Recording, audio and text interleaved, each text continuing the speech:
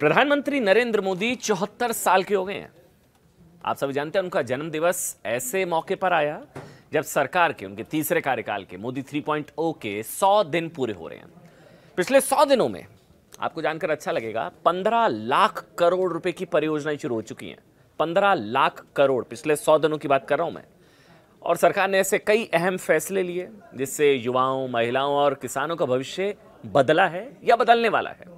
10 साल पहले नरेंद्र मोदी भारत के प्रधानमंत्री बने और अपने क्रांतिकारी फैसलों से नए भारत की नींव रखी।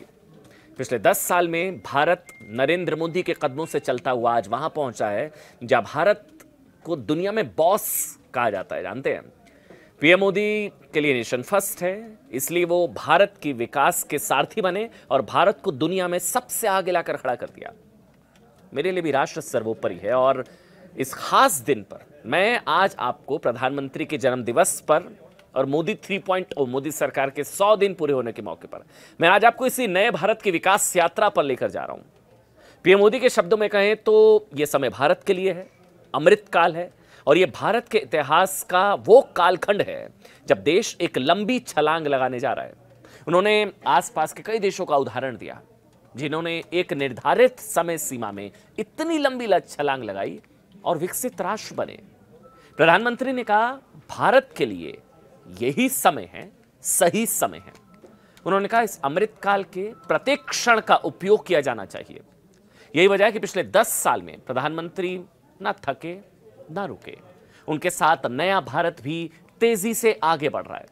अपने जन्मदिन पर उन्होंने ओडिशा में महिलाओं के लिए सुभद्रा योजना लॉन्च की। सबसे पहले उसी के बारे में आपको बताता हूं। सुभद्रा योजना, इसमें हर साल राज्य सरकार महिलाओं को 10-10 हजार रुपए देगी। 10,000 रुपए सम्मान राशि साल में 5-5 हजार रुपए की 2 किश्तों में दी जाएगी।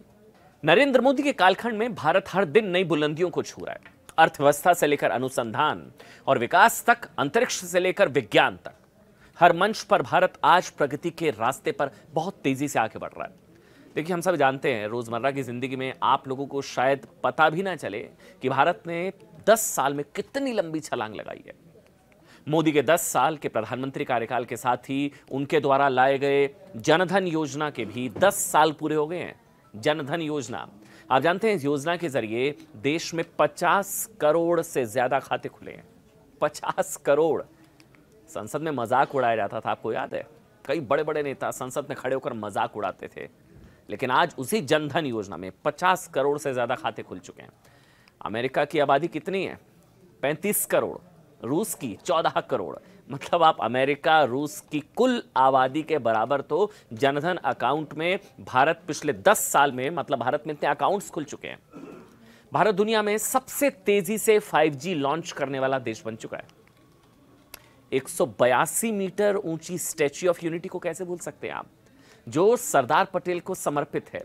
वो दुनिया की सबसे ऊंची प्रतिमा है और अमेरिका की स्टैच्यू ऑफ यूनिटी से लगभग डबल।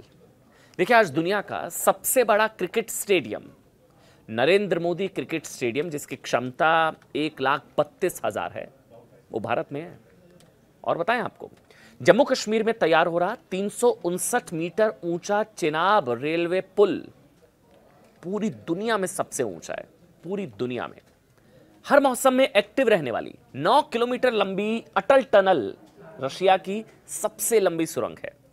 राजस्थान का भाडला सोलर पार्क आज दुनिया का सबसे बड़ा सोलर पार्क है, जिसकी क्षमता 2245 मेगावाट है।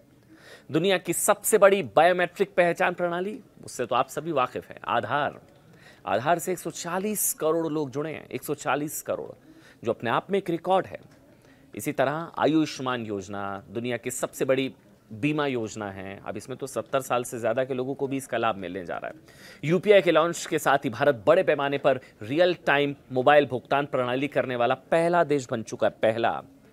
जानते हैं, लिस्ट बहुत लंबी है, बहुत लंबी लिस्ट है, लेकिन ये तो सिर्फ कुछ आंकड़े हैं जो मैं आपके साथ आज शेयर कर रहा हूं।